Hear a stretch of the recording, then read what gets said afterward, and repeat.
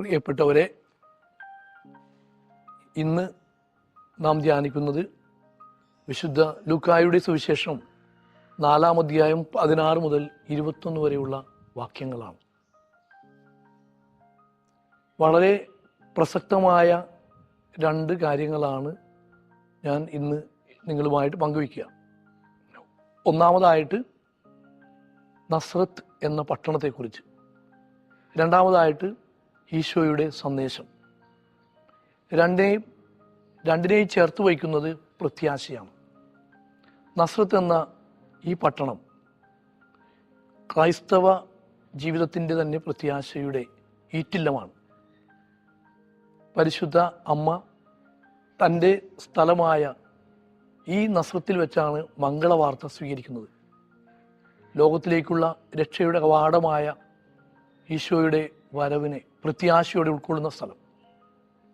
രണ്ടാമതായിട്ട് വിശുദ്ധ ഔസേപ്പിതാവും പരിശുദ്ധ അമ്മയും ഈശോയും അടങ്ങുന്ന ആ കുടുംബം ഈജിപ്തിലേക്ക് പലായനം ചെയ്തതിനു ശേഷം പുതിയ ജീവിതം ആരംഭിക്കുന്നത് പ്രത്യാശയുടെ, പുതുതായിട്ട് തുടങ്ങുക എന്നുള്ള ആ ഒരു വലിയ ദൗത്യം ആരംഭിക്കുന്നത് നസ്രത്തിലാണ്. മൂന്നാമതായിട്ട് ഈശോ തൻ്റെ ദൗത്യം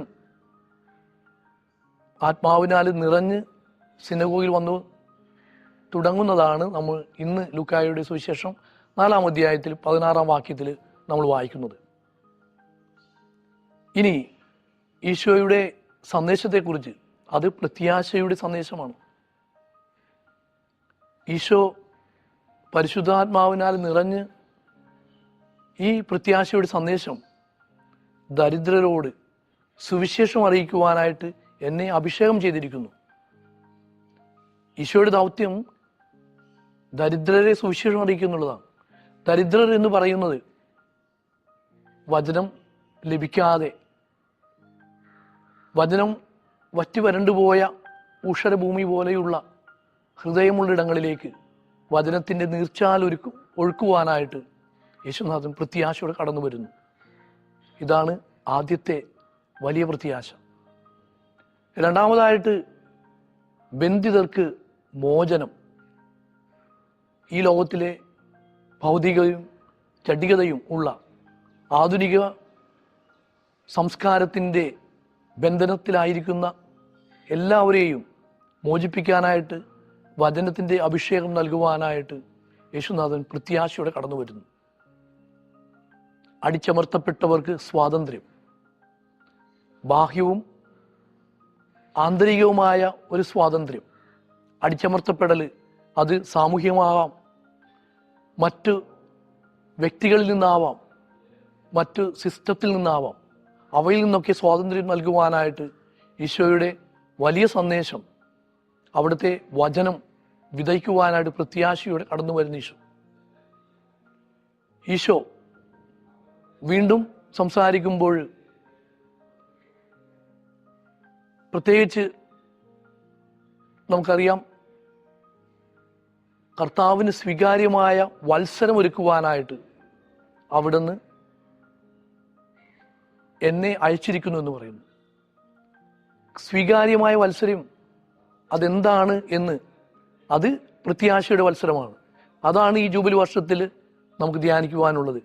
വെളിപാടിൻ്റെ പുസ്തകം 22-ാം അധ്യായം 1 മുതൽ 5 വരെയുള്ള വാക്യങ്ങളിൽ എങ്ങനെയാണ് പുതിയ ആകാശവും പുതിയ ഭൂമിയും തീർത്തുകൊണ്ട് പുതിയ ജനമായിട്ട് പുതുതായിട്ട് തുടങ്ങുന്നത് എന്ന് നമ്മൾ വായിക്കുന്നു. ഈശോയുടെ വചനം അത് പ്രത്യാശയുടെ വചനമാണ്.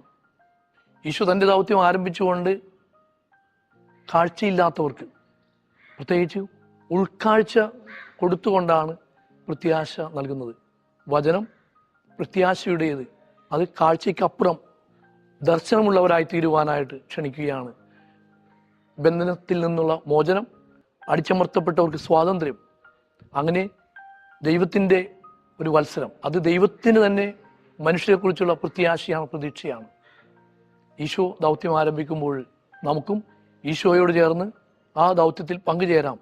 കണ്ടുമുട്ടുന്നവർക്ക്, ചുറ്റിനുമുള്ളവർക്ക് പ്രത്യാശ കൊടുക്കുവാനായിട്ട്, പ്രതീക്ഷ കൊടുക്കുവാനായിട്ട് ഈ വചനഭാഗം നമ്മെ എല്ലാവരെയും ശക്തിപ്പെടുത്തട്ടെ.